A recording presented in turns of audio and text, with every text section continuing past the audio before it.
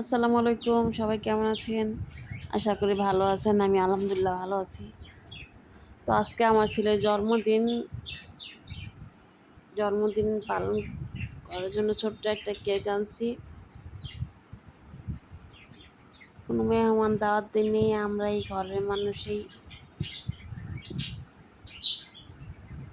আমরা মা ছেলে আর বাড়ির কয়েকজন আছে। এই নিয়েই আমাদের ছেলে জন্মদিন পালন করব।